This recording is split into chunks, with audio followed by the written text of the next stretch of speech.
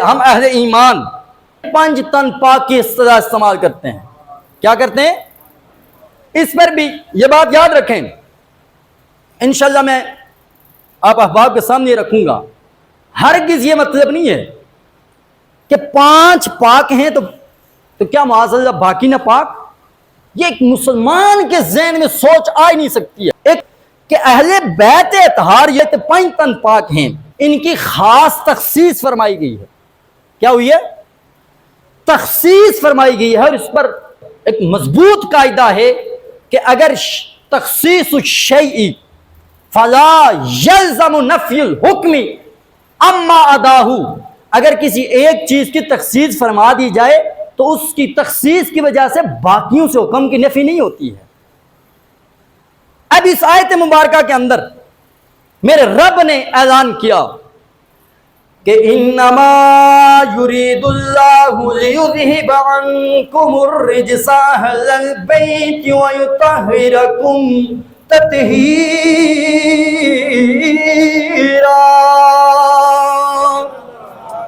اللہ تو یہی چاہتا ہے کہ اے نبی کے گھر والوں، تم سے ہر قسم کی آلودگی کو دور کر کے تمہیں پاک اور صاف اور ستھرا فرما دے. یہی وہ آیت مقدسہ ہے. اب اس آیت مقدسہ میں کون کون سی ہستیاں شامل ہیں؟ سب سے پہلے میں امام طحاوی رحمۃ اللہ تعالی علیہ 321 ہجری آپ کا وصال ہے. قالت نزلت فی هذه الآیہ فی رسول اللہ وعلی وفاطمہ وحسن وحسین. اور یہ آیت مبارکہ اللہ رب العزت نے رسول اللہ کے بارے میں، علی المرتضیٰ کے بارے میں، سیدہ زہرا کے بارے میں، امام حسن حسین کے بارے میں نازل فرمائی ہے.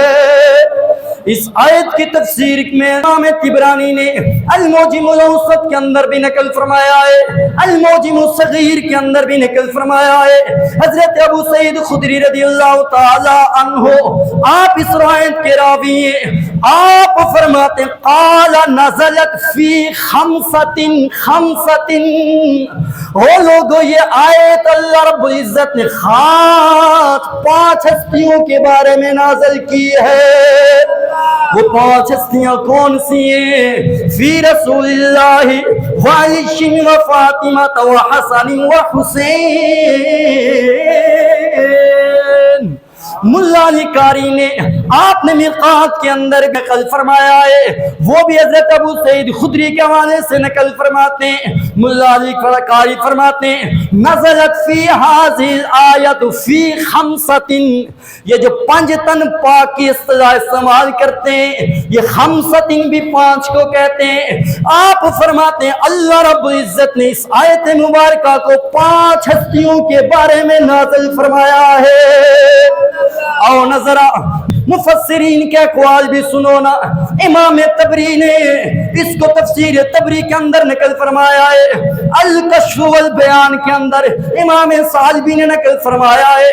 تفسیر ابن ابی حاتم کے اندر، تفسیر ابن کثیر کے اندر، تفسیر در منصور میں امام جلال الدین سیوطی نے، تفسیر روح المعانی کے اندر امام علوسی نے، تفسیر ابن عطیہ کے اندر، تفسیر ابن جزی کے اندر، گویا مفسرین کے ایک جماعت کا یہ اعلان ہے کہ اللہ رب العزت نے اس آیت مبارکہ کو 5 ہستیوں کے بارے میں نازل فرمایا ہے.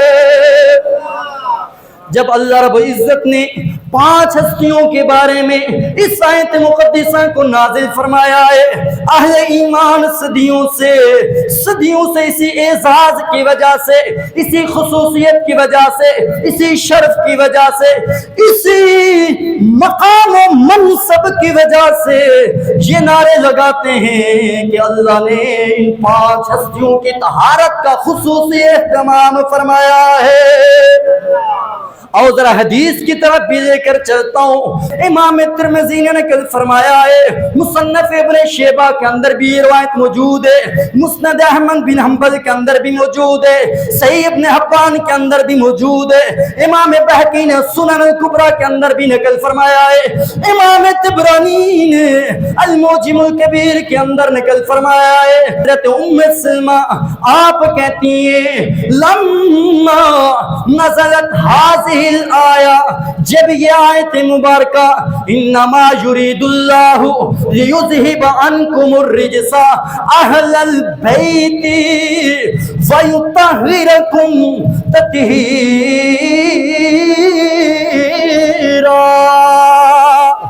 اللہ نے جب یہ آیت مبارکہ نازل فرمائی ہے، اس کے بعد میرے کملی والے آقا نے اپنے اوپر ایک چادر تانی ہے، میرے نبی پاک نے حضرت علی و مرتضیٰ کو بلوایا، حضرت فاطمہ کو بلوایا، حضرت حسن و حسین کو بلوایا، اس چادر کو ان کے اوپر ڈھانپا، پھر رب کی بارگاہ میں دعا کی، اللہم ہؤلاء اہل بیتی، اے اللہ یہ میرے اہل بیت ہیں، فاذہب عنہم الرجس وطہرہم تطہیرا،